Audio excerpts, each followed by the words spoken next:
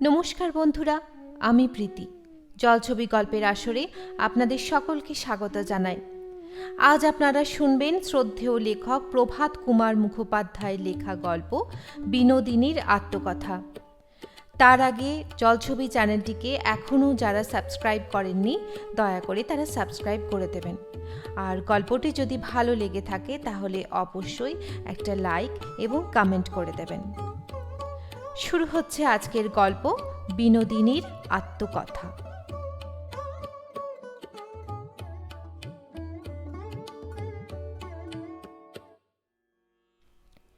আমার নাম শ্রীমতী বিনোদিনী দাসী, হাল শাকিন, কলিকাতা। মৃত্যু নিকট জানিয়া আমি নিজ জীবন কাহিনী লিপিবদ্ধ করিতেছি। ইহা যদি কোনো দিন জনসমাজে প্রচারিত হয়, তবে আমার মতো অবস্থাপন্না বঙ্গরমণীগণ সাবধান হইতে পারিবেন। ইহাই আমার আন্তরিক আশা ও অভিপ্রায়। পিতৃকুল শ্বশুরকুল কোনো কুলই আমি উজ্জ্বল করি নাই, সুতরাং তাহাদের প্রকৃত নামধামগুলির পরিবর্তে আমি কাল্পনিক নামধামই ব্যবহার করিয়াছি। তবে আমার আসল নাম বিনোদিনীই বটে। আমি বলিতে গেলে জন্ম দুর্ভাগিনী। আমার শৈশবেই প্রথমে মাতা এবং বৎসর না ঘুরিতেই আমার পিতা পরলোক গমন করেন। আমার অন্য কোনো নিকট আত্মীয় স্বজন ছিল না, কেবল এক জ্যাঠামহাশয় ছিলেন। তিনি পুরুলিয়াতে চাকরি করতেন। তিনিই আসিয়া গ্রামস্থ লোকের সাহায্যে আমার পিতার শ্রাদ্ধ শান্তি সম্পন্ন করেন। জিনিসপত্র কতক বেচিয়া কতক বিতরণ করিয়া পৈতৃক বাটিতে তালা লাগাইয়া আমাকে সঙ্গে লইয়া পুরুলিয়াতে চলিয়া যান। তখন আমার বয়স 4 বৎসর মাত্র। জ্যাঠামহাশয়ের একটি পুত্র ছাড়া 3টি কন্যা ছিল। পরে শুনিলাম আমাকে পৌঁছিতে দেখিয়া জ্যাঠাইমা নাকি বলিয়াছিলেন, বেশ হলো, এবার গন্ডা ভর্তি হলো। আমার জ্যাঠতুতো বোন 3টির নাম নিহারবালা, শৈলবালা এবং ননীবালা। শৈল ছিল আমার সমবয়সী, কিন্তু তথাপি তাহার সহিত আমার তেমন ভাব হয় নাই। আমি কোথা হইতে উড়িয়া আসিয়া জুড়িয়া বসিলাম বলিয়া শৈলবালা আমায় হিংসা করিত। জ্যাঠাইমা আমাকে লুকাইয়া মাঝে মাঝে তাহাকে এটা ওটা খাওয়াইতেন বলিয়া আমি তাহার হিংসা করিতাম। আর একটু বয়স হইলে যখন আমরা বালিকা বিদ্যালয়ে ভর্তি হইলাম, তখন সে আমার চেয়ে ভালো পড়া বলিতে পারিত, ভালো প্রাইজ পাইত বলিয়া আমি তাহার হিংসা করিতাম, এবং তার চেয়ে আমার রং ফর্সা বলিয়া সে আমায় হিংসা করিত। নিহার দিদি আমাদের চেয়ে 2 বৎসরের বড় ছিল। 13 বৎসর বয়সে তাহার বিবাহ হইল। জ্যাঠামহাশয়ের পূর্ব সঞ্চিত যাহা কিছু ছিল তাহার বেশিরভাগই এই বিবাহে নিঃশেষিত হইয়া গেল। জ্যাঠাইমা তাহাকে বলিয়াছিলেন, একটির বিয়েতেই যা কিছু ছিল সব খরচ করে ফেললে, বাকিগুলি বেকার, তা কিছু ভেবেছ? জ্যাঠামহাশয় বলিয়াছিলেন, উপায় করবার মালিক আমিও নই, তুমিও নও। যে উপায় করনেওয়ালা সেই উপায় করবে, তুমি দেখে নিও।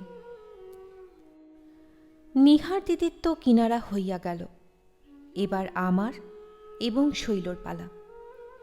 একজোড়া ভালো পাত্রের সন্ধান করিবার জন্য জ্যাঠামহাশয় নানা স্থানে চিঠি লিখিলেন। 2 বৎসর ধরিয়া এইরূপ অন্বেষণ চলল, কিন্তু একজোড়া তো দূরের কথা। অন্যের মতো অথচ দামে সস্তা একটি পাত্রও মিলিল না। আমাদের 2 বোনকে 13 বছরের ধিঙ্গি দেখিয়া জ্যাঠাইমা সর্বদা ম্রিয়মাণ হইয়া থাকিতেন, এবং এক একদিন জ্যাঠামহাশয়ের প্রতি চোখা চোখা বাক্যবাণ প্রয়োগ করিতেন। এই সময় নিহার দিদির শ্বশুর জ্যাঠামহাশয়কে পত্র লিখিলেন যে তাহার কনিষ্ঠ পুত্র শচীন্দ্রনাথ, জামাইবাবুর ছোট ভাই, গত ভাদ্র মাস হইতে ম্যালেরিয়া জ্বরে ভুগিয়া ভুগিয়া অস্থি চর্মসার হইয়াছে।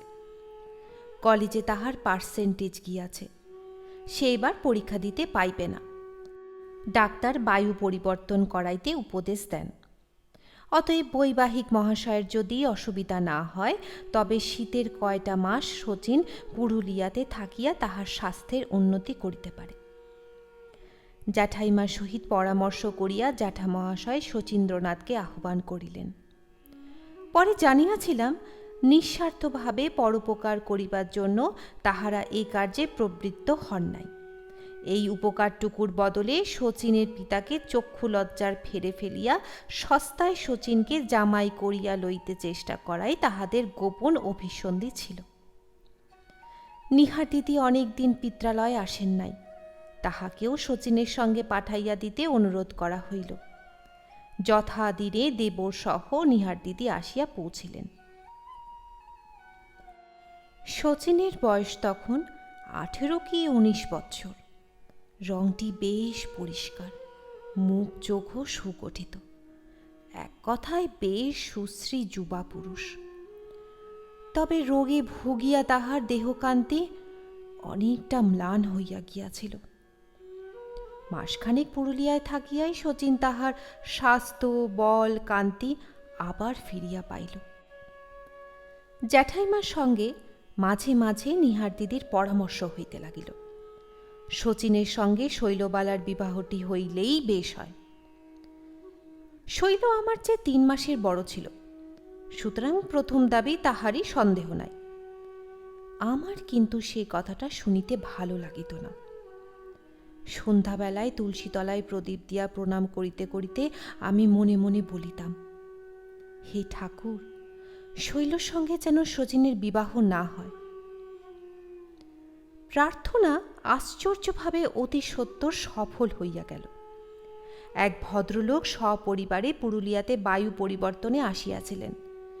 শৈলকে দেখিয়া এবং তাহার কোষ্ঠী নিজ পুত্রের কোষ্ঠীর সহিত মিলাইয়া শৈলকে তাহার এমনই পছন্দ হইয়া গেল যে একরূপ বিনা পণেই অগ্রহায়ণ মাসেই শৈলকে তিনি নিজ পুত্রবধূ করিয়া লইলেন। তখন আমিই শুধু রইনু বাকি। ননিবালা 8 বৎসরের বালিকা মাত্র, তাহার কথা ধর্তব্য নহে। শৈল পুরুলিয়াতে শ্বশুরবাড়ির বাসায় থাকিতে লাগিল। মাঝে মাঝে অল্প সময়ের জন্য এ বাড়িতে আসিত। তাহার স্বামী কলেজ কামাই হইবে বলিয়া বিবাহের 1 সপ্তাহ পরেই কলিকাতায় চলিয়া গিয়াছিল। এখন জ্যাঠাইমা ও নীহার দিদিতে পরামর্শ হইল বিনির সঙ্গে শচীনের বিয়েটি হলে বেশ হয়। যেদিন কথাটি আমি শুনিলাম সেদিন কানে যেন আমার মধু বর্ষণ হইল। পরামর্শ ক্রমে মেয়ে মহল ছাড়াইয়া পুরুষ মহলে পৌঁছিল। পৌষ মাসে জ্যাঠা মহাশয় শচীনের পিতাকে পত্র লিখিয়া আমার সহিত শচীনের বিবাহের প্রস্তাব করিলেন। এই পত্র রওনা হইবার পর হইতে শৈল আসিয়া শচীনকে আমার বর উল্লেখ করিয়া আমায় খাপাইতে শুরু করিল। দিদির মুখে ওইরূপ শুনিয়া 8 বছরের ননিবালা ছুরিটাও ওই বলিয়া খাপাইত। শৈল তবু শচীনের অসাক্ষাতে বলিত। নির্বোধ ননিবালা একদিন তাহার সামনেই বলিয়া ফেলিল। শুনিয়া শচীন আমার দিকে চাহিয়া ফিক করিয়া একটু হাসিয়া সেখান হইতে চলিয়া গেল। আমি লজ্জায় মরিয়া গেলাম। ছি ছি। পত্রোত্তর আসিল। শুনিলাম দিদির শ্বশুর লিখিয়াছেন, মেয়েটির রূপগুণের কথা বধূমাতার প্রমুখাত পূর্বাবধি তিনি শ্রুত আছেন। পুত্রের বিবাহ দিতে তাহার অমত নাই, তবে ন্যূন সংখ্যা কত টাকা জ্যাঠা মহাশয় দিতে পারিবেন তাহা জানিতে চাহিয়াছেন। কয়েকদিন কর্তাগিন্নিতে পরামর্শ চলিল। অবশেষে জ্যাঠা মহাশয় উত্তর দিলেন। চিঠিখানা রওনা হবার পূর্বে লুকাইয়া আমি দেখিয়াছিলাম। বড় মেয়েটিকে যখন আপনার পুত্রবধূ করিয়াছিলেন তখনই আমার সঞ্চিত অর্থ প্রায় নিঃশেষ হইয়া গিয়াছিল। তারপর সম্প্রতি আরেকটি মেয়ে পার করিয়াছি। তবে এই বৈবাহিক মহাশয়ের কৃপা ও উদারতা গুণে এবার অল্পেই রেহাই পাইয়াছি। তাই ভ্রাতুষ্কন্যার বিবাহে আমি 1000 টাকা ব্যয় করিতে পারিব। নচেৎ তাহাও আমার উপস্থিত ক্ষমতায় কুলাইত না। জানিবেন, এই টাকাও সমস্ত আমার ঘরে নাই, কিছু ঋণগ্রস্ত হইতে হইবে, আশা করি নিজ গুণে, ইত্যাদি। আমার ঘাড়ে যে কি ভূত চাপিল, শচীন শচীন করিয়া আমি পাগল হইয়া উঠিলাম। সুবিধা পাইলেই আড়াল হইতে আমি তাহার পানে চাহিয়া থাকিতাম। আমার এই চুরি করে চাওয়া দুই একদিন শৈল আসিয়া ধরিয়া ফেলিয়া আমায় ঠাট্টাও করিয়াছিল। আজকালকার নভেলে দেখিতে পাই, হিন্দু ঘরে ধেরে কেষ্ট মেয়েরা প্রায়ই অমুকদার সহিত অবাধে মেলামেশা করিয়া কোর্টশিপ চালাইতেছে। সেই দাদার সহিত কাহারও বা বিবাহ হইতেছে, কাহারও বা ফসকাইয়া যাইতেছে। আমাদের বাড়িতে কিন্তু সেইরূপ হইতে পাইত না। শৈল আমি দুজনেই সুমত্ত মেয়ে। শচীনের সামনে বাহির হইতাম, তাহার সহিত আবশ্যক মতো দুই একটা কথা কহিতাম বটে, কিন্তু ওই পর্যন্ত।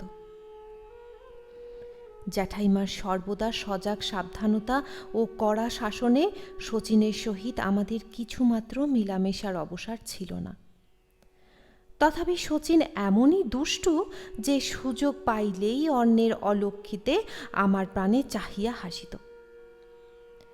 একদিন বৈকালে ঘটনাক্রমে তাহার সহিত আমার নির্জনে সাক্ষাৎ হইয়াছিল। সেদিন শচীন শুধু হাসিয়াই ক্ষান্ত হয়ে থাকে নাই, আমার গাল টিপিয়া দিয়াছিল। আমি রাগিয়া উঠিয়া বলিয়াছিলাম, ও কি? শচীন হাসিয়া বলিয়াছিল,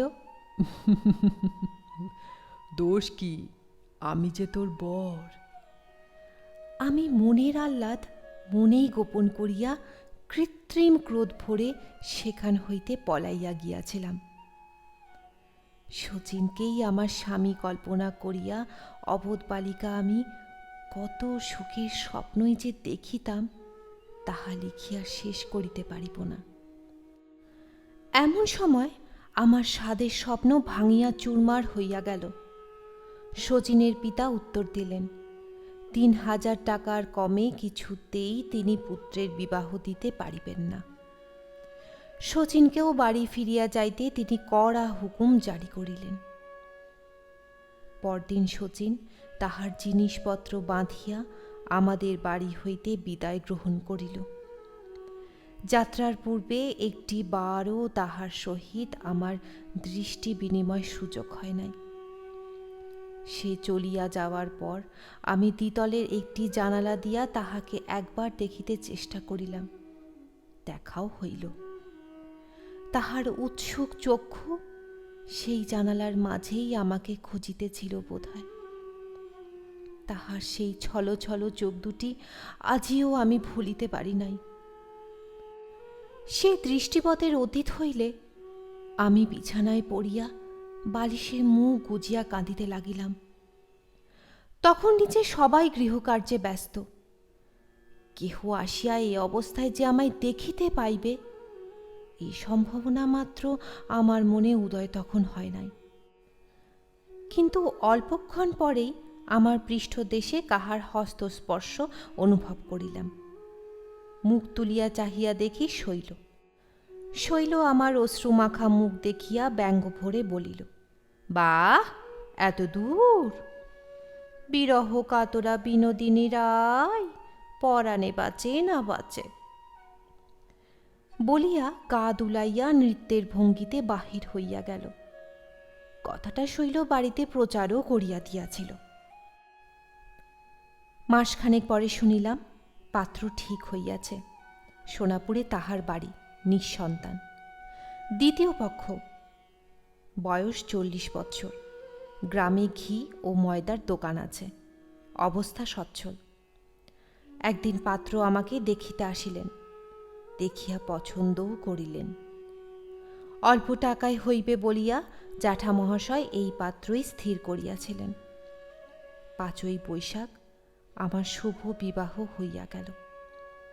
আমি শ্বশুর বাড়ি গেলাম। আমি তখন 14 বছরে পড়িয়াছি। সেখানে গিয়া দেখিলাম আমার শ্বশুর শাশুড়ি নাই। বিধবা পিসি শাশুড়ি আছেন, তিনিই ঘরের গৃহিণী। স্বামী ভক্তি, স্বামী পূজা, স্বামী সেবাই নারী জীবনের সর্বপ্রধান কর্তব্য। এই শিক্ষাই আবাল্য পাইয়া আসিতেছিলাম। একদিন মনে মনেও যে আমি অন্যপুরুষকে কামনা করিয়াছিলাম, সেজন্য লজ্জায় ধিক্কারে মরিয়া যাইতাম। শচীন একদিন আমাকে স্পর্শ করিয়াছিল, আমার গাল টিপিয়া দিয়াছিল, তাহা পূর্বেই বলিয়াছি।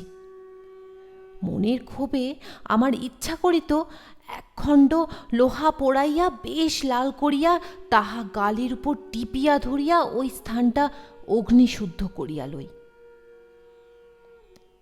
স্বামী আমাকে যথেষ্ট স্নেহযত্ন করিতে লাগিলেন, কিন্তু আমার পোড়া মন এমনই অপদার্থ যে শচীনকে আমি ভুলিতে পারিলাম না। শচীনের চিন্তাও যে আমার পক্ষে মহাপাপ তাহা বেশ জানিতাম, কিন্তু মনকে বশে আনিতে পারিতাম না। এই সময় চন্দ্রশেখর পুস্তকখানি আমার হাতে পড়িল।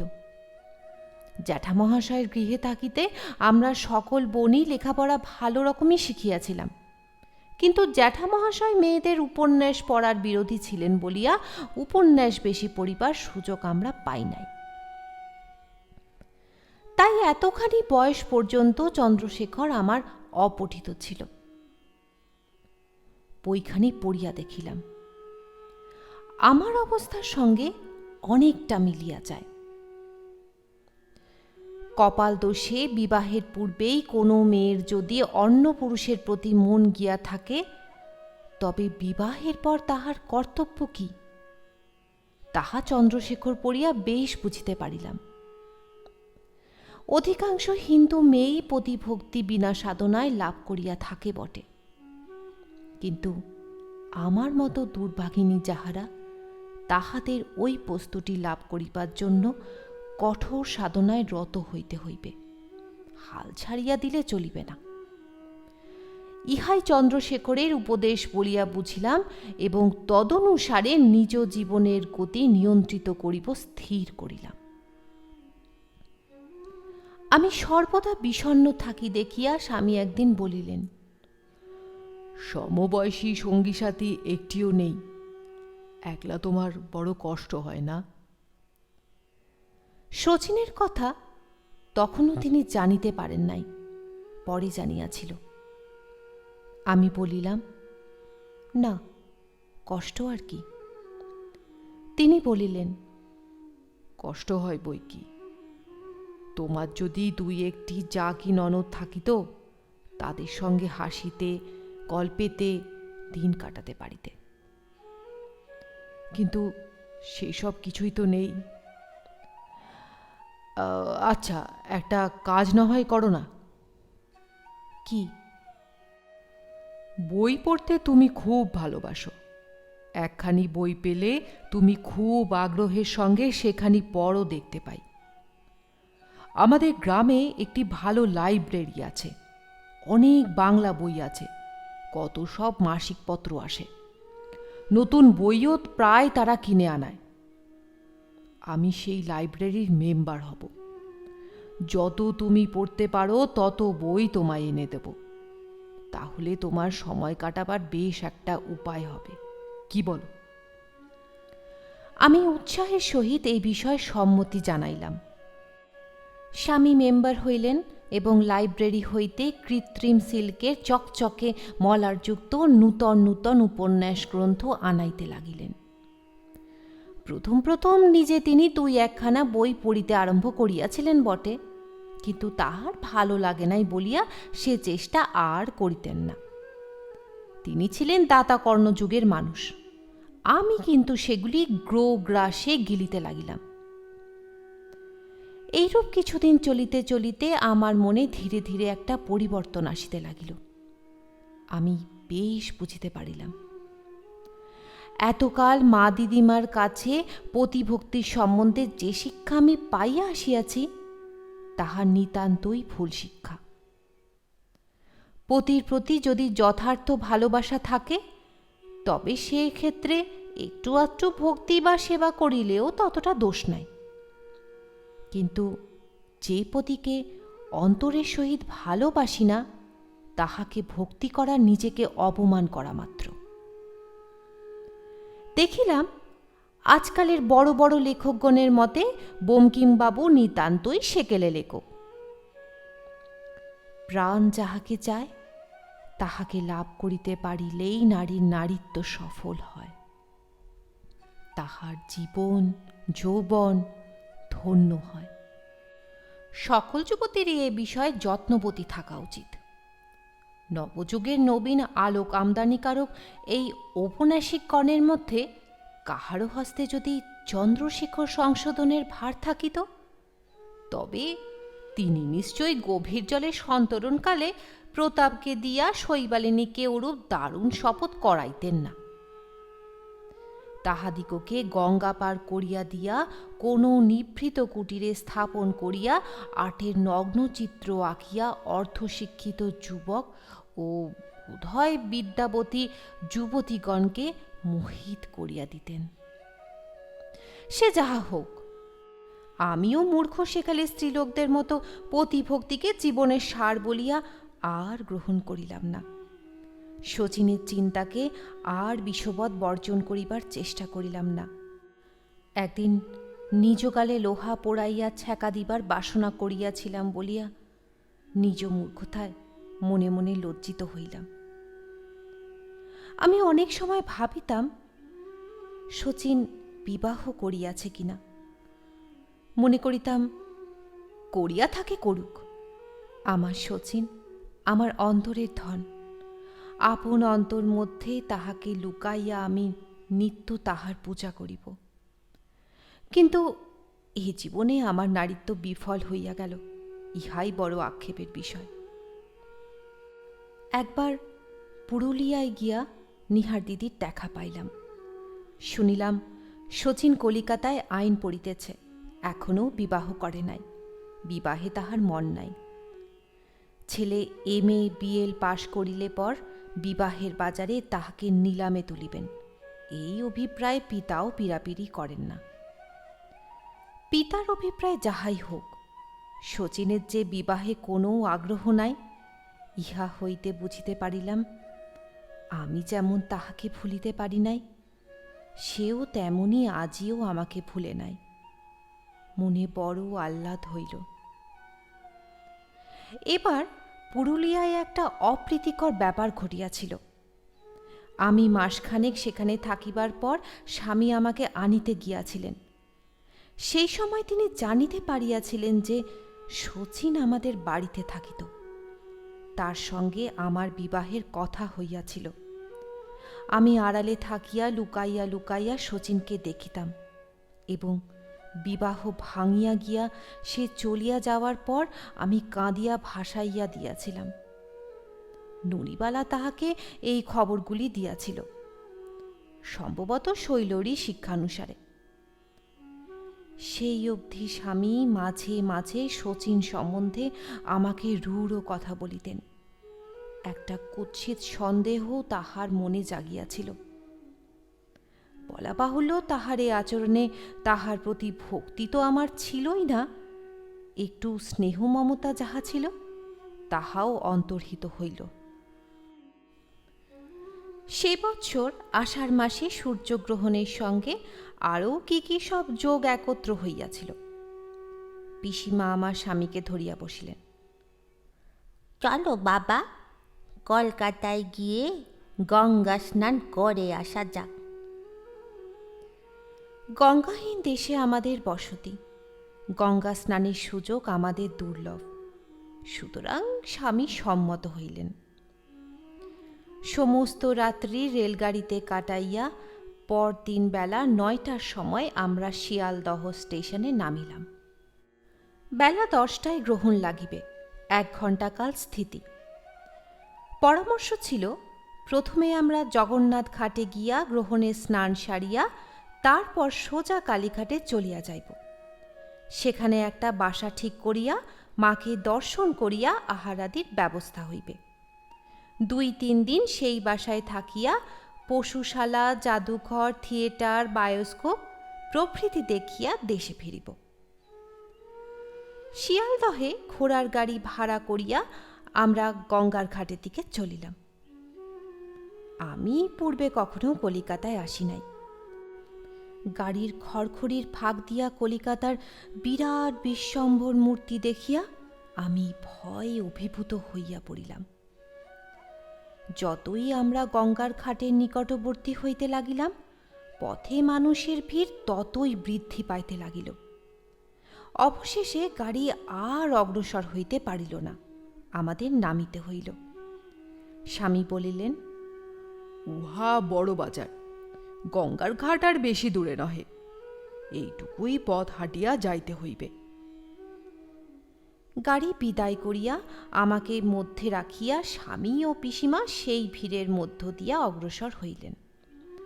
প্রথমটা আমরা তিনজনেই হাত ধরাধরি করিয়া চললাম, কিন্তু ভিড় বাড়িয়া আমাদিগকে বিচ্ছিন্ন করিয়া দিল। অনেক কষ্টে আমরা পুনরায় একত্র হইলাম, কিন্তু হইলে কি হইবে? খানিক অগ্রসর হইয়া দেখি রাস্তার মাঝখানে দড়ি খাটাইয়া মেয়ে পুরুষের পথ পৃথক করিয়া দিয়াছে। খাকি কোটের বুকে লাল কাপড়ের ফুল আটা কয়েকজন যুবক দড়ি ধরিয়া দাঁড়াইয়া আছে। স্বামী আমাদের লইয়া পুরুষগণের রাস্তা দিয়াই অগ্রসর হইবার চেষ্টা করিলেন, কিন্তু সেই বাবুরা বলিয়া উঠিল, মা লক্ষ্মীরা, এইদিকে এইদিকে, এবং বলপূর্বক আমাদের পৃথক করিয়া দিল। পুরুষের শাড়ি পুরুষ দিকের ঘাটে যাইবে, স্ত্রীলোকের শাড়ি স্ত্রীলোক দিকের ঘাটে যাইবে, এই প্রকার বন্দোবস্ত হইয়াছে। ইহা পূর্বে আমার স্বামী জানিতেন না, এখন জানিয়া তিনি চিৎকার করিয়া আমাদের বলিয়া দিলেন, চান করে উঠে ঘাটের চাঁদনিতে তোমরা দাঁড়িয়ে থেকো, কোথাও যেও না, এক পা নড়ো না, ভিড় কমলে আমি গিয়ে তোমাদের নিয়ে আসব। পিসিমা উচ্চস্বরে উত্তর করিলেন, আচ্ছা। প্রথমটা আমি পিসিমার হাত ধরিয়াছিলাম, ক্রমে ভিড়ের চাপে হাত ছাড়িয়া গেল। পিসিমা একটু পিছাইয়া পড়িলেন, আমি মাঝে মাঝে পশ্চাৎ ফিরিয়া তাহাকে দেখিতে লাগিলাম।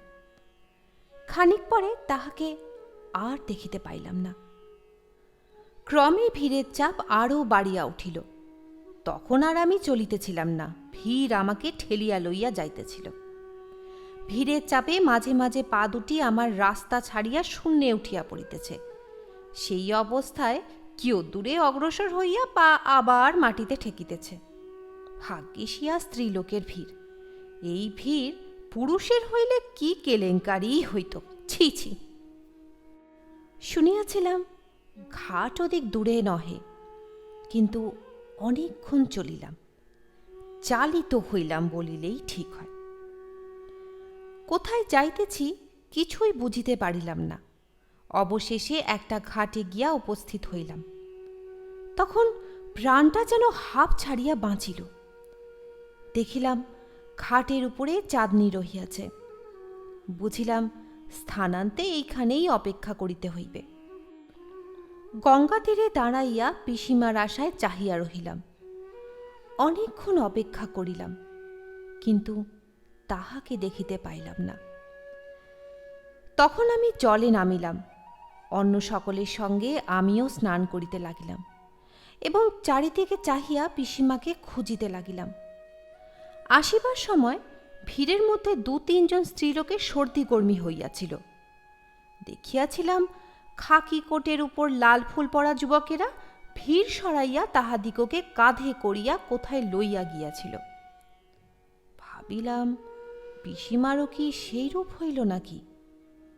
আহারে, বুড়া মানুষ, দুর্বল শরীর, হায় হায়, এই রূপ অপঘাত মৃত্যুই কি শেষে তার অদৃষ্টে লেখা ছিল? যাহা হোক, আমি স্নান করিয়া তীরে উঠিয়া চাঁদনিতে গিয়া দাঁড়াইলাম। তখনও হুড় হুড় করিয়া স্নানার্থিনী রমণীরা আসিতেছে।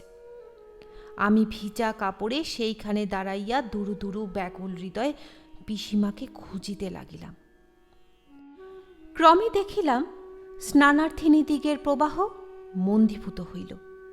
স্নান করিয়া যাহারা ফিরিয়া যাইতেছে তাহাদের সংখ্যা বাড়িতে লাগিল। তবে আর পিসিমার আসিবার আশা কি? ভয়ে আমার কান্না পাইতে লাগিল, হাত পা ঠক ঠক করিয়া কাঁপিতে লাগিল। আমি সেইখানে শানের উপর বসিয়া পড়িলাম। বোধহয় পুরা আধ ঘণ্টা কাল আমি এইভাবে সেই চাঁদনিতে বসিয়া রহিলাম। কখনো মুখ ঢাকিয়া কাঁদি, কখনো ব্যাকুল নয়নে চারিদিকে চাহিয়া দেখি। স্বামী যে বলিয়াছিলেন স্নানান্তে আসিয়া আমাদের লইয়া যাইবেন, তিনিই বা বিলম্ব করিতেছেন কেন? এইরূপ দুশ্চিন্তায়, ক্রন্দনে ও অন্বেষণে কতক্ষণ কাটিয়া গেল তাহা আর আমার হুঁশ রইল না। আমি মুখ ঢাকিয়া কাঁদিতেছিলাম, হঠাৎ আমার কানে গেল, কে গো তুমি বসে কাঁদছ? তুমি কি হারিয়ে গেছো? পরিচিত কণ্ঠস্বর। আমি চমকিয়া মুখ তুলিয়া চাহিলাম। যাহা দেখিলাম তাহাতে হঠাৎ আমার চক্ষুকে বিশ্বাস করিতে পারিলাম না। যদি ইহা স্বপ্ন না হয়, তবে আমার সম্মুখে দাঁড়াইয়া শচীন। গায়ে তার খাকি রঙের কোট, বুকে লাল কাপড়ের ফুল সেফটি পিন দিয়া আঁটা, পায়ে বুট জুতা, ধুতিখানি মালকোচা বাঁধা।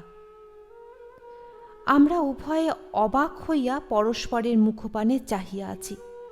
হঠাৎ শচীন বলিয়া উঠিল, বিনোদিনী। ৩ বৎসর পরে আবার তাহাকে দেখিলাম। সজল নেত্রযুগল তাহার পানে স্থাপন করিয়া বলিলাম, শচীন। শচীন বলিল, ব্যাপার কি, শীঘ্র বলো, এখানে তুমি কি করে এলে? আমি ব্যাপারটা তাহাকে বুঝাইয়া দিলাম। সে শুনিয়া বলিল, কিন্তু এটা তো জগন্নাথ ঘাট নয়, এটা যে বাবুঘাট। বুঝেছি, ভিড়ের মধ্যে পড়ে জগন্নাথ ঘাট ছাড়িয়ে তুমি এত দূরে চলে এসেছ। তোমার স্বামী তোমায় জগন্নাথ ঘাটেই খুঁজবেন, এখানে তো আসবেন না। আমি ব্যাকুলভাবে বলিয়া উঠিলাম, তাহলে কি হবে শচীন? শচীন বলিল, ভয় কি, আমি একটা ব্যবস্থা করছি। তোমার স্বামীকে খুঁজে দিতে পারি না পারি, দেশে তো তোমায় পৌঁছে দিতে পারবো। তুমি এক কাজ করো, এইখানে একটু বসে থাকো, আমি একখানা গাড়ি ডেকে আনি। খবরদার এখান থেকে এক পা নড়ো না, তাহলে আর আমি তোমায় খুঁজে পাবো না। বলিয়া সে ক্ষিপ্র পদে ভিড়ের মধ্যে অদৃশ্য হইল। প্রায় 10 মিনিট পরে শচীন গাড়ি আনিয়া আমায় বলিল, এসো, গাড়িতে ওঠো। আমি উঠিলে গাড়োয়ানকে জগন্নাথ ঘাট আদেশ দিয়া শচীন গাড়িতে উঠিয়া বসিল। আমি যেদিকে বসিয়াছিলাম তাহার উল্টা দিকে সে বসিল। গাড়ি জগন্নাথ ঘাটের উপর আসিয়া দাঁড়াইল। শচীন নামিয়া গাড়ির নম্বর তাহার পকেট বুকে টুকিয়া লইয়া গাড়োয়ানকে বলিল, তুম হিয়া খাড়া রহো, হাম আবি আতা হ্যায়। বলিয়া সে ঘাটের দিকে নামিল। প্রায় 10 মিনিট পরে শচীন ফিরিয়া আসিয়া বলিল, আমি ঘাটে গিয়া মশাই কার পরিবার হারিয়েছে, কার পরিবার হারিয়েছে বলে কত চিৎকার করলাম, কই কেউ তো কোনো উত্তর দিলে না। তোমার স্বামী এখানে নেই, বোধহয় তোমায় খুঁজে না পেয়ে তিনি চলে গিয়ে থাকবেন। কি বলিব, কি করিব, আমি কিছুই বুঝিতে পারিলাম না। আমার চিন্তাশক্তি লুপ্ত হইয়াছিল। আমি মাথাটি হেঁট করিয়া নীরবে বসিয়া রহিলাম। শচীন রাস্তায় দাঁড়াইয়া কি ভাবিল। তাহার পর গাড়ির খড়খড়িগুলো একে একে সব উঠাইয়া দিয়া গাড়োয়ানকে বলিল, চলো বউবাজার। বলিয়া সে উঠিয়া গাড়িতে বসিল। গাড়ি চলিতে লাগিল। আমি যে দিকটায় বসিয়াছিলাম শচীন এবারও তাহার বিপরীত দিকেই বসিল। বসিয়া বলিল, বিনি, তুই বড় হয়েছিস, আমি প্রথমটা তোকে দেখে চিনতেই পারিনি রে। পুরুলিয়াতে ইদানিং শচীন আমাকে ও শৈলকে তুই বলিয়াই কথা কহিত। উত্তর করিলাম, চিরকালই কি ছোট থাকব? শচীন বলিল, তোর বিয়ের খবর আমি বৌদিদির কাছেই শুনেছিলাম। ছেলেপিলে হয়েছে? না। কেন? এই কেনর আমি কি উত্তর দিব কিছুই স্থির করিতে পারিলাম না। নীরবে অবনত মুখে বসিয়া রহিলাম। খড়খড়িগুলোর কোনো কোনো পাখা ভাঙা ছিল, তাই সেগুলি বন্ধ থাকা সত্ত্বেও ভিতরে কিছু আলো ছিল। আমি একবার মুখ তুলিয়া দেখিলাম, শচীন আমার পানে মুগ্ধ দৃষ্টিতে চাহিয়া আছে। আমি জিজ্ঞাসা করিলাম, গাড়ি কোথায় যাচ্ছে? আমার বাসায়। তোমার তো মেসের বাসা, সেখানে 5 জন পুরুষ মানুষের মধ্যে আমায় রাখবে কোথায়? শচীন বলিল, না রে, সেখানে কি তোকে রাখবো? আমার জিনিসপত্র কতক নেবার জন্য যাচ্ছি, তারপর আর এক জায়গায় নিয়ে গিয়ে তোকে খাওয়াবো দাওয়াবো, তারপর দুজনে পরামর্শ করে যা করতে হয় করা যাবে। ভাবিলাম শচীন আমায় কোথায় লইয়া চলিল। ভয়ে আমার বুকের ভিতরটা গুরু গুরু করিতে লাগিল। শচীন খড়খড়ির ফাঁক দিয়া রাস্তার পানে চাহিয়াছিল, কিয়ৎক্ষণ পরে হাঁকিল, এই কোচম্যান, ওই সামনের বাড়ি রাখো। গাড়ি দাঁড়াইল। শচীন বলিল, তুমি চুপটি করে গাড়ির মধ্যে বসে থাকো, আমি উপরে গিয়ে আমার বাক্স আর বিছানাটা নিয়ে আসি। গাড়ির দরজা খুলিয়া শচীন নামিয়া গেল। 5 মিনিট পরে পদশব্দ শুনিতে পাইলাম। খড়খড়ির ফাঁকে দেখিলাম একজন চাকর একটা মাঝারি আকারের বাক্স ঘাড়ে করিয়া আনিয়াছে। বাক্সটা সে গাড়ির ছাদে তুলিয়া দিল। শচীন তাহাকে বলিল, বিছানা আর সোবাইডো লেয়াও জলদি। চাকর চলিয়া গেলে গাড়োয়ান জিজ্ঞাসা করিল, আর কাহা জানা হোগা বাবু? শচীন বলিল, শিয়ালদা স্টেশন কে পাস। চাকর ফিরিয়া আসিলে বিছানার বান্ডিলটা ছাদে দিয়া সবাই হাতে করিয়া শচীন গাড়িতে উঠিয়া বসিল। গাড়ি আবার চলিতে লাগিল। শচীন বলিল, শিয়ালদা স্টেশনের কাছে যাত্রী নিবাস বলে একটা বাঙালি হোটেল আছে। কেউ পরিবার নিয়ে এলে তাদের থাকবার স্বতন্ত্র বন্দোবস্ত আছে। তোমার স্বামীকে খোঁজবার জন্যে 2 থেকে 1 দিন যে কলকাতায় থাকতে হবে সেইখানেই তোমাকে রেখে দেব। আর কোনো স্থান নেই। সেখানকার কোনো ঝিটি তোমায় যদি জিজ্ঞাসা করে তবে তুমি আমাকে স্বামী বলেই পরিচয় দিও, নইলে তারা অজ্ঞ লোক, অকারণে একটা মন্দ কিছু ভাবতে পারে, বুঝেছ? আমি চুপ করিয়া রহিলাম। বুঝতে চেষ্টা করিতে লাগিলাম শচীনের মতলবটা কি।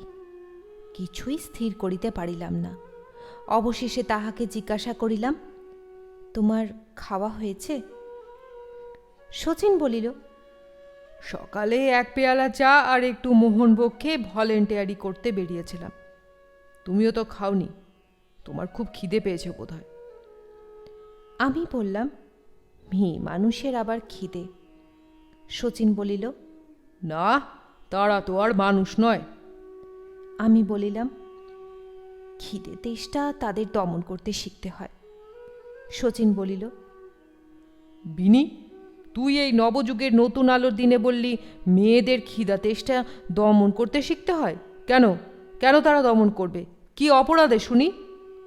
ওসব মতটদ মহা ভুল।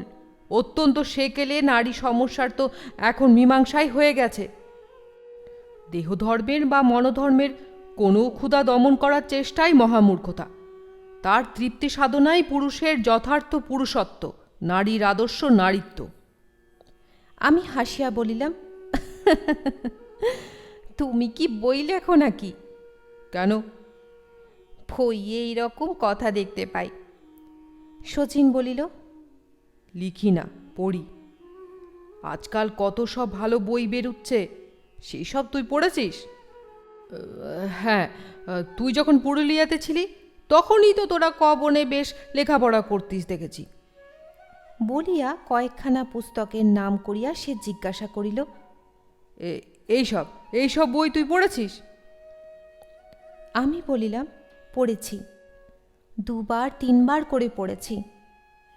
বইগুলির নাম আজ 7 বছর পরে উল্লেখ করা নিষ্প্রয়োজন, কারণ যদিও তখন সেগুলি সাহিত্যাকাশের ধ্রুব নক্ষত্র, নবযুগের বিজয় স্তম্ভ, মনস্তত্ত্বের মনুমেন্ট বলিয়া বিঘোষিত হইয়াছিল, লেখকগণ অমর আখ্যা লাভ করিয়াছিলেন, সেইগুলির নাম এখন শোনা যায় না। এমনকি গুরুদাসবাবুদের ক্যাটলগে অথবা চৈতন্য লাইব্রেরির পুস্তক তালিকাতেও দেখিতে পাই না। শচীন জিজ্ঞাসা করিল, আচ্ছা, নারীর অধিকার সম্বন্ধে তোর মত কি বল? আমাদের সেই মা দিদিমাদের বঙ্কিমবাবু টাবুদের মতোই ঠিক, না আজকাল এদের মতই ঠিক? আমি বলিলাম, আজকালকার মতই তো আমার ঠিক বলে মনে হয়। শচীন পুলকিত হইয়া বলিল, বেশ বেশ, শুনে সত্যিই বড্ড খুশি হলাম বিনি। বলিয়া সে আমার স্কন্ধদেশ চাপড়াইয়া দিল। আজ এই প্রথম সে আমায় স্পর্শ করিল। ক্রমে গাড়ি যাত্রী নিবাসের সম্মুখে আসিয়া দাঁড়াইল। শচীন আমাকে গাড়িতে রাখিয়া ঘর ঠিক করিতে গেল। কিয়ৎক্ষণ পরে হোটেলের একজন ভৃত্য সহ ফিরিয়া আসিল। ভৃত্য গাড়ির ছাদ হইতে বাক্স বিছানা নামাইল। গাড়ি ভাড়া চুকাইয়া দিয়া শচীন আমাকে নামাইয়া লইল। আমি ঘোমটা দিয়া তাহার স্ত্রী সাজিয়া তাহার পশ্চাৎ পশ্চাৎ তেতলায় উঠিতে লাগিলাম। মনে হইতে লাগিল, যাহা সাজিয়াছি সত্যই যদি আমি তাহা হইতাম, তবে আমার যে সৌভাগ্যবতী পৃথিবীতে আর কে থাকিত। উপর ঘরে প্রবেশ করিয়া ঘোমটা তুলিলাম। দেখিলাম ঘরখানি মাঝারি আকারের। একধারে একখানি কেওড়া কাঠের তক্তপোষ, অপরদিকে একটি ছোট গোল টেবিল, একখানি চেয়ার, দেওয়ালে একটি আরশি টাঙানো। রাস্তার ধারে চিক ফেলা ছোট বারান্দাটি এই ঘরখানিই নিজস্ব। অন্য কোনো ঘরের সহিত তার সম্পর্ক নাই। চাকর বিছানা বাক্স নামাইয়া জিজ্ঞাসা করিল, বাবু, খাবার টাবার কিছু আনতে হবে কি? শচীন বলিল, আনতে হবে বই কি, তোদের ম্যানেজার বাবু তো বললে এত বেলায় ভাত কোথা পাবো, এই টাকা নে। বলিয়া কি কি আনিতে হইবে শচীন তাহা বলিয়া দিল। চাকর টাকা লইয়া চলিয়া গেল। একজন মধ্যবয়স্কা কপালি উল্কি পড়া ঝি আসিয়া বলিল, বৌমা, চান টান করবে কি? আমি বললাম, না, এই তো আমরা গঙ্গা স্নান করে আসছি। ঝি বলিল, কতদিন তোমাদের থাকা হবে? শচীন বলিল, 2-1 দিন, কাল কি পরশু আমরা দেশে ফিরে যাব। এই সরাইটেতে জল ভরে এনে দাও তো ঝি। ঝি আমার দিকে চাহিয়া বলিল, দেখো বৌমা, খাবার টাবার দরকার হলে আমাকেই বরং আনতে দিও। খোট্টা বেটারা আমাদের বাঙালি পছন্দ খাবার কি আনতে জানে? বলিয়া সরাই হাতে লইয়া চলিয়া গেল। শচীন জামা ছাড়িয়া বিছানার বান্ডিলের দড়ি খুলিতেছিল। বলিল, দেখো, আমি স্নান করব। যদিও সকালবেলা বাসা থেকে স্নান করে বেরিয়েছিলাম, সেই ভিড়ের মধ্যে ভলেন্টিয়ারি করে ঘামে সর্বাঙ্গ ভিজে গেছে। তুমি আমার কোটোটার গেঞ্জিটা ওই বারান্দায় টাঙিয়ে দাও। আর এই চাবি নাও। বাক্স থেকে আমার ধুতি, তোয়ালে, সাবান বের করে দাও। বাক্স খুলিয়া জিনিসগুলি বাহির করিয়া দিলাম। শচীন স্নানার্থে গমন করিল। আমি নিজ বস্ত্রের প্রতি চাহিয়া দেখিলাম, আধ ময়লা একখানি মিলের শাড়ি পরিয়া সমস্ত রাত্রি রেলে আসছিলাম। তাহাই পরিয়া গঙ্গা স্নান করিয়া গায়েই শুকিয়াছি। এরকম পেতনির মতো বেশে শচীনের সামনে থাকিতে আমার লজ্জা করিতেছিল। তাই আমি তার বাক্স হইতে একখানি ধোয়া কালো পেরে ধুতি বাহির করিয়া পড়িলাম। সরাইয়ের জলে মুখটা হাত দুখানা ধুইয়া ফেলিলাম। শচীনের চিরুনি বুরুষ লইয়া দেওয়ালে টাঙানো সেই আরশির সামনে দাঁড়াইয়া চুলগুলি ঠিক করিয়া লইয়া শচীনের জন্য অপেক্ষা করিতে লাগিলাম। শচীন ভিজা তোয়ালে কাঁধে করিয়া ফিরিয়া আসিয়া হাসি ভরা চোখে আমার প্রতি চাহিয়া বলিল, বাহ, ধুতি পরে কি সুন্দর দেখাচ্ছে রে তোকে। ও ধুতির আজ জন্ম সার্থক হলো। তাহার কথা শুনিয়া আমি লজ্জায় রাঙা হইয়া উঠিলাম। চাকর খাবার আনিল। ঝি আসন, থালা প্রভৃতি দিয়া গিয়াছিল। শচীনকে খাবার দিলাম। আহারান্তে তক্তপোষের উপর বসিয়া পান ও সিগারেট সেবন করিতে বসিল। তাহার পাতে আমি খাইতে বসিলাম। আমার খাওয়া হইলে শচীন বলিল, এইবার আমি বেরুই, তুমি দৌড় বন্ধ করে শুয়ে একটু ঘুমো। জিজ্ঞাসা করিলাম, তুমি কোথায় যাবে? থানায় থানায় গিয়ে খোঁজ নিতে হবে তোমার স্বামী কোনোখানে ডায়েরি করিয়েছেন কিনা। যদি করিয়ে থাকেন তবে তার ঠিকানাও পাবো, কিংবা পুলিশকে জানিয়ে আসতে পারবো তুমি অমুক ঠিকানায় আছো। আমি ভীত হইয়া বলিলাম, আমি এখানে একলা থাকব? দিনের বেলা ভয় কিসের? বলিয়া শচীন বাহির হইয়া গেল। আমি ঘুমাইলাম। কাল সারা রাত্রি জাগরণ। আজ ফিরে কষ্টের পর শরীর আমার অবশ হইয়া গিয়াছিল। খুব ঘুমাইলাম। ঘুম ভাঙিলে দেখিলাম বেলা পড়িয়া গিয়াছে। মুখ হাত ধুইয়া শচীনের অপেক্ষায় বসিয়া রহিলাম। সন্ধ্যা হইল। ঝি আসিয়া ঘরে বাতি জ্বালিয়া দিয়া গেল। প্রায় ৮টার সময় শচীন ফিরিল। বলিল, কোনো থানায় কেহ আমার সম্বন্ধে কোনো ডায়েরি করায় নাই। অবশেষে সে কালীঘাটে গিয়াছিল। প্রত্যেকটি যাত্রী বাসা তন্ন তন্ন করিয়া খুঁজিয়া আসিয়াছে, কোথাও আমার স্বামীর সন্ধান পায় নাই। চাকরকে ডাকিয়া শচীন ২ পেয়ালা চা আনিতে আদেশ করিল। একটা সিগারেট ধরাইয়া শচীন বলিল, এখন উপায়? তোমায় কি তোমার স্বামীর বাড়িতে নিয়ে গিয়ে রেখে আসবো?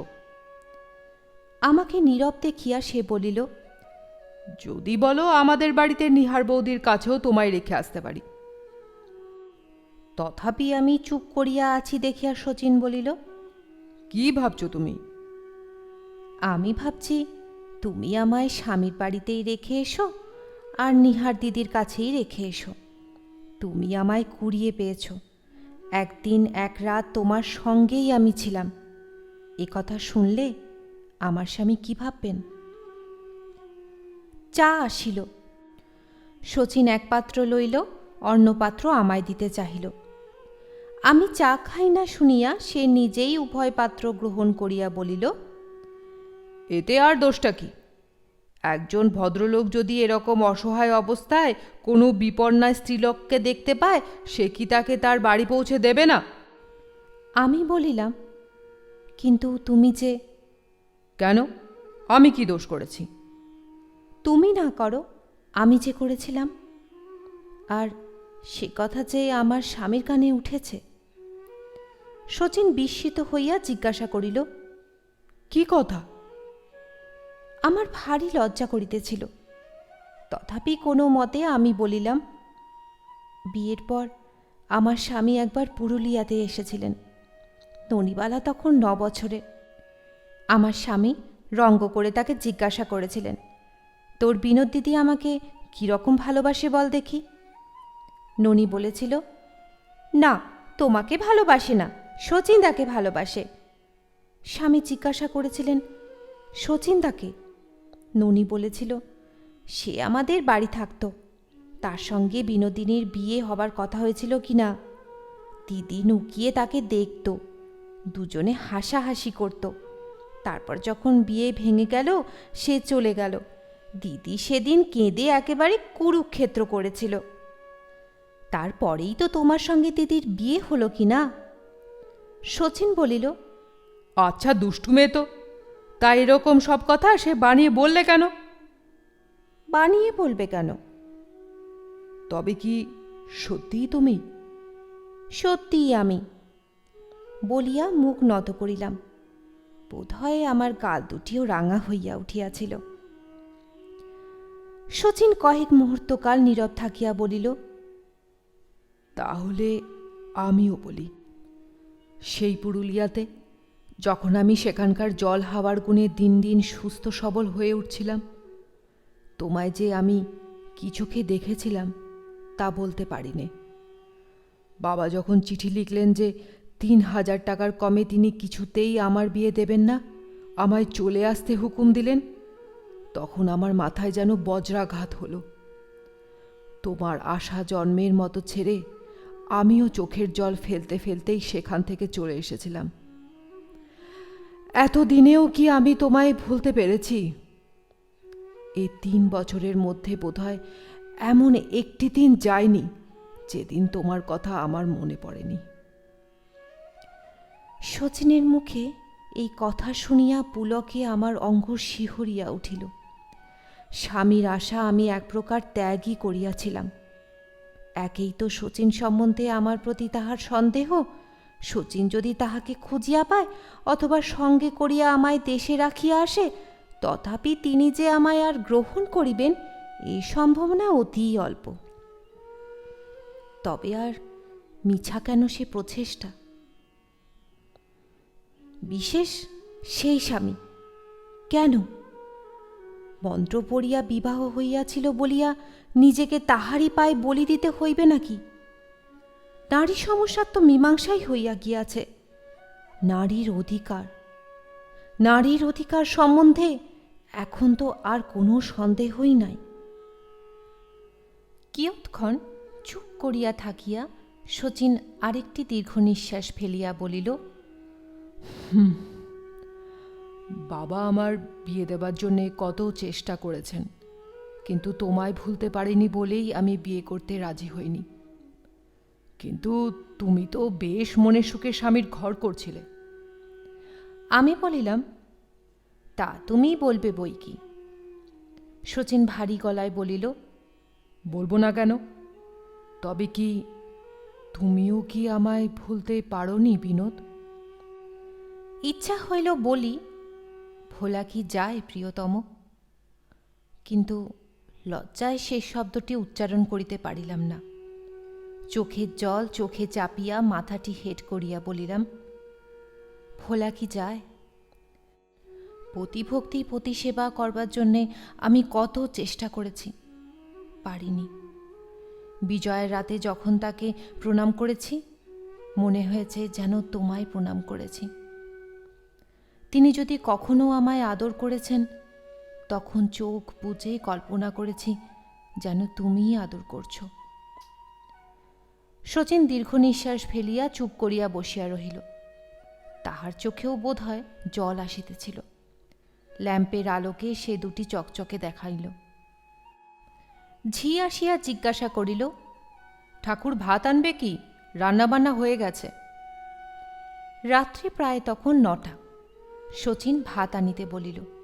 ঝি ঠাকুরকে বলিয়া আবার ফিরিয়া আসিল, ঠাঁই করিয়া আসন বিছাইয়া দিল।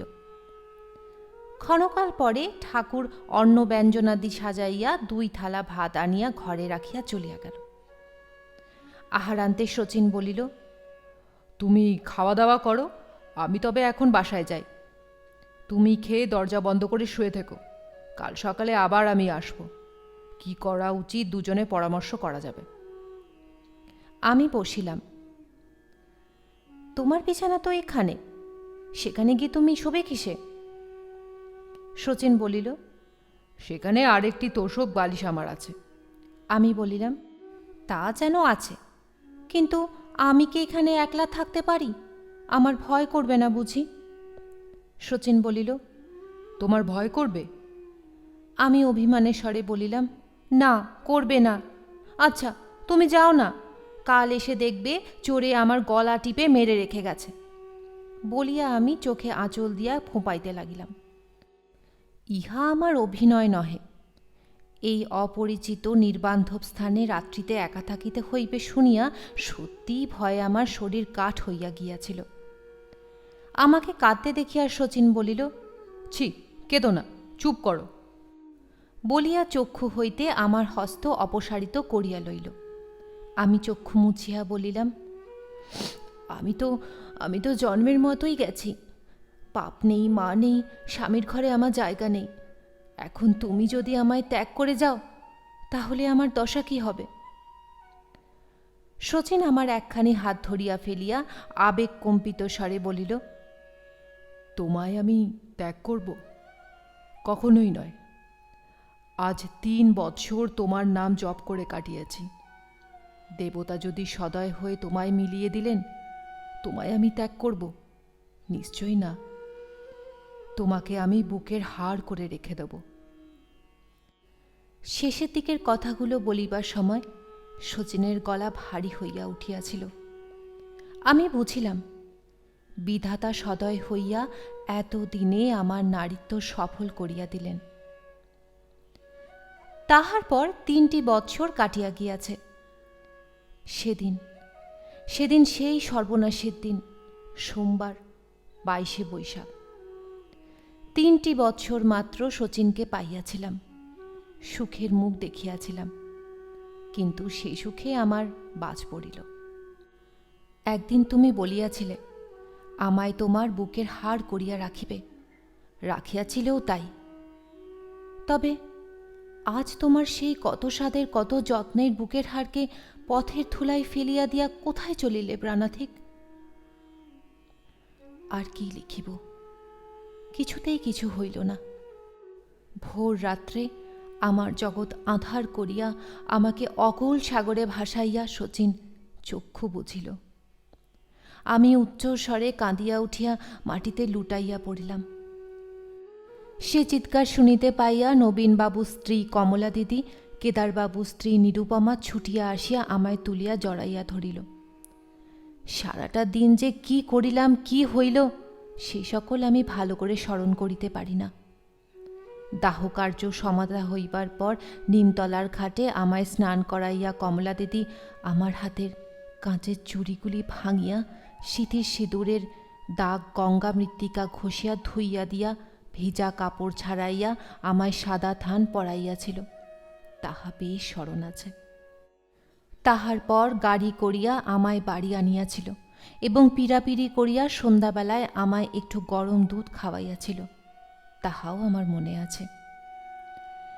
2-3 দিন পরে কমলা দিদি বলিল, যা দৃষ্টে ছিল তা তো হয়ে গেল, তোমার শ্বশুরকেই না হয় একখানা চিঠি লেখো। এই বিপদ শুনলে কি এখনও তার মনে দয়া হবে না? শিয়ালদহ যাত্রী নিবাস হইতে যখন এই চোর বাগানের বাড়িতে 2খানি ঘর ভাড়া লইয়া আমরা আসিয়া স্বামী স্ত্রী পরিচয়ে বাস করিতে লাগিলাম, তখন সে বাড়ির অন্য ভাড়াটিয়া গৃহস্থদের নিকট প্রকাশ করিয়াছিলাম যে বাপ মার অমতে আমার স্বামী আমাকে বিবাহ করায় তাহার পিতা তাহাকে ত্যায্যপুত্র করিয়াছেন। তখন তিনি চাকরি জোগাড় করিয়া এখানে কলেজে পড়িতে থাকেন। বিবাহের পর এই কয় বৎসর আমি আমার বিধবা মায়ের কাছে থাকিতাম। স্বামী মাঝে মাঝে গিয়া আমায় দেখিয়া আসিতেন। সম্প্রতি মার মৃত্যুতে নিরাশ্রয় হইয়া পড়ায় তিনি আমাকে কলিকাতায় আনিয়াছেন। আমার এই কথা ভবিষ্যদ্বাণীর মতোই হইয়াছিল। তখন অবশ্য শচীনের পিতা কিছুই জানিতে পারেন নাই, পরে জানিয়াছিলেন এবং জানিয়া শচীনকে সত্যই তিনি ত্যায্যপুত্র করিয়াছিলেন। কমলার প্রশ্নের উত্তরে বলিলাম, তাই না হয় লিখি তাকে চিঠি। কমলা বলিল, তোমার স্বামী টাকা কড়ি কি রেখে গেছেন বলো দেখি। আমি বলিলাম, কি আর রেখে যাবেন দিদি, নতুন উকিল, এই তো 1 বছর মাত্র পাশ করে ছোট আদালতে বেরুচ্ছিলেন।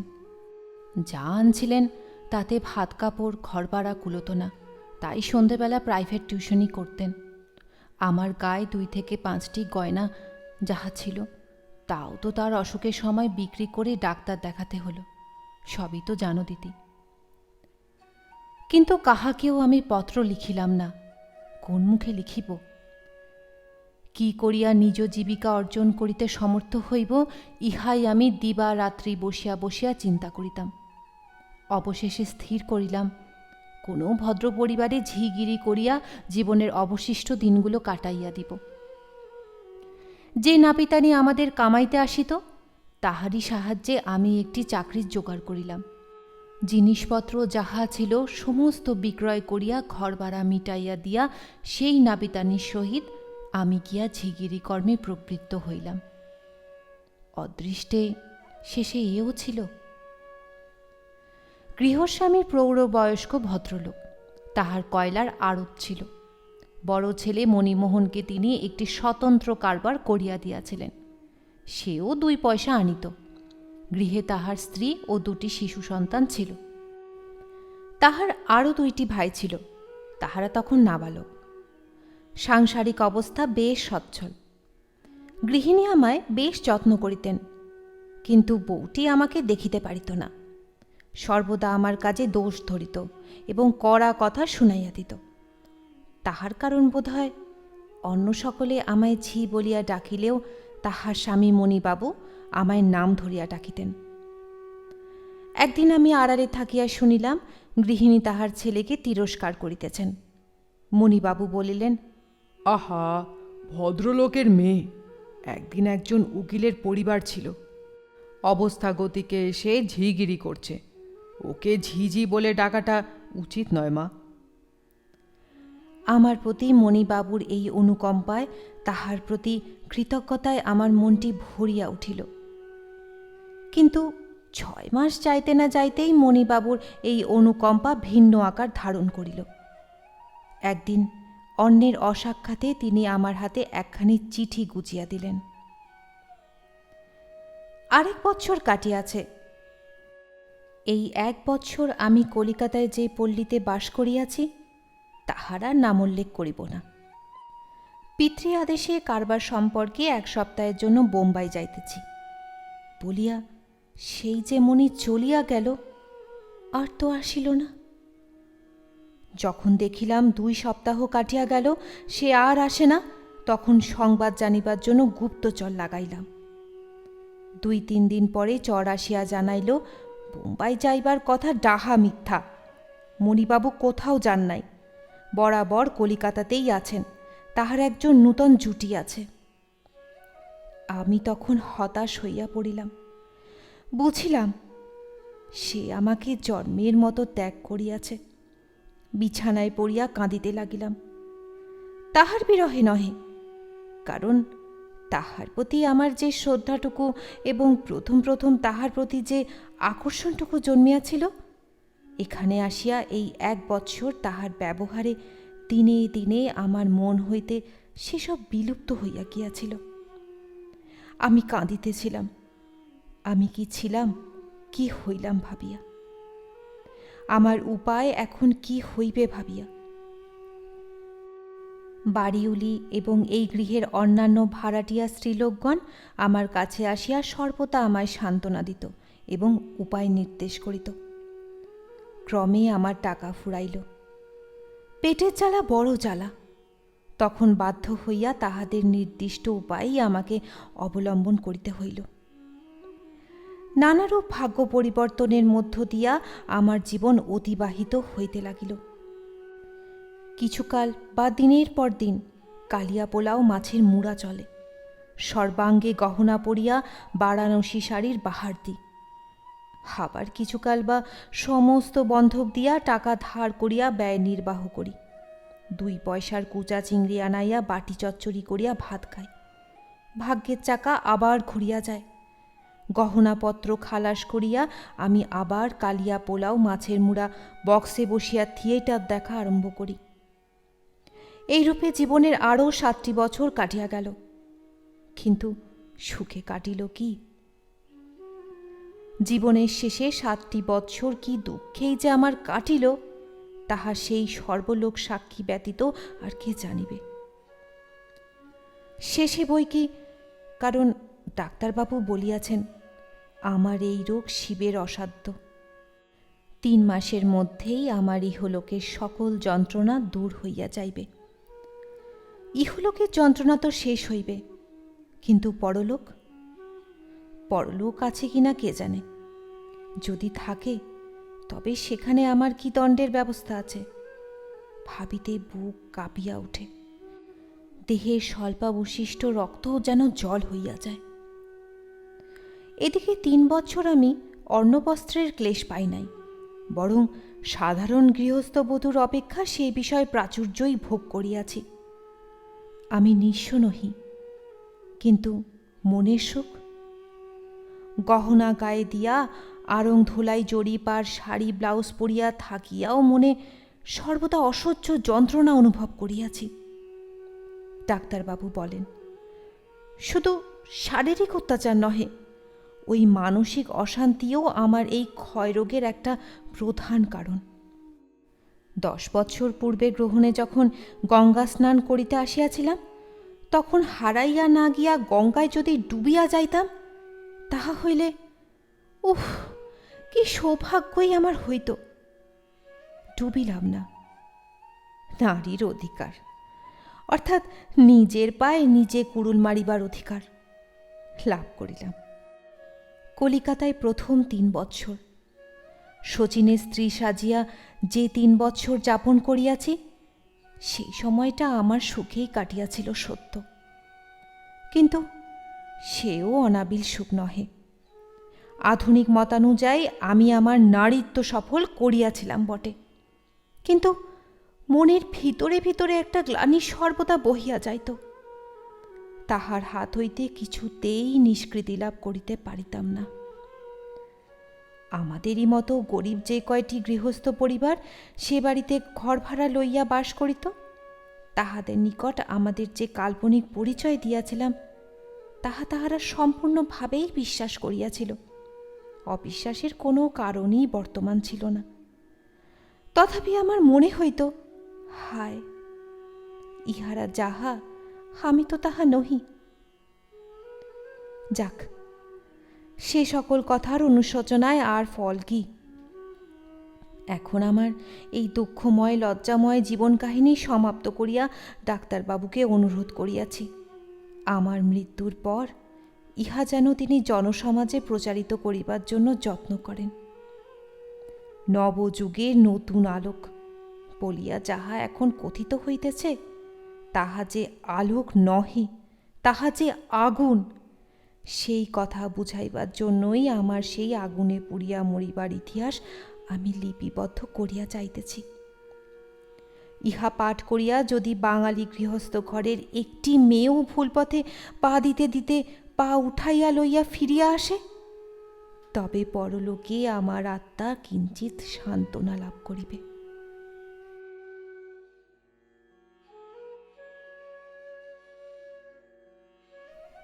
এতক্ষণ শুনছিলেন শ্রদ্ধেয় লেখক প্রভাত কুমার মুখোপাধ্যায়ের লেখা বিনোদিনীর আত্মকথা। নতুন গল্প নিয়ে খুব তাড়াতাড়ি আবার হাজির হব। ধন্যবাদ।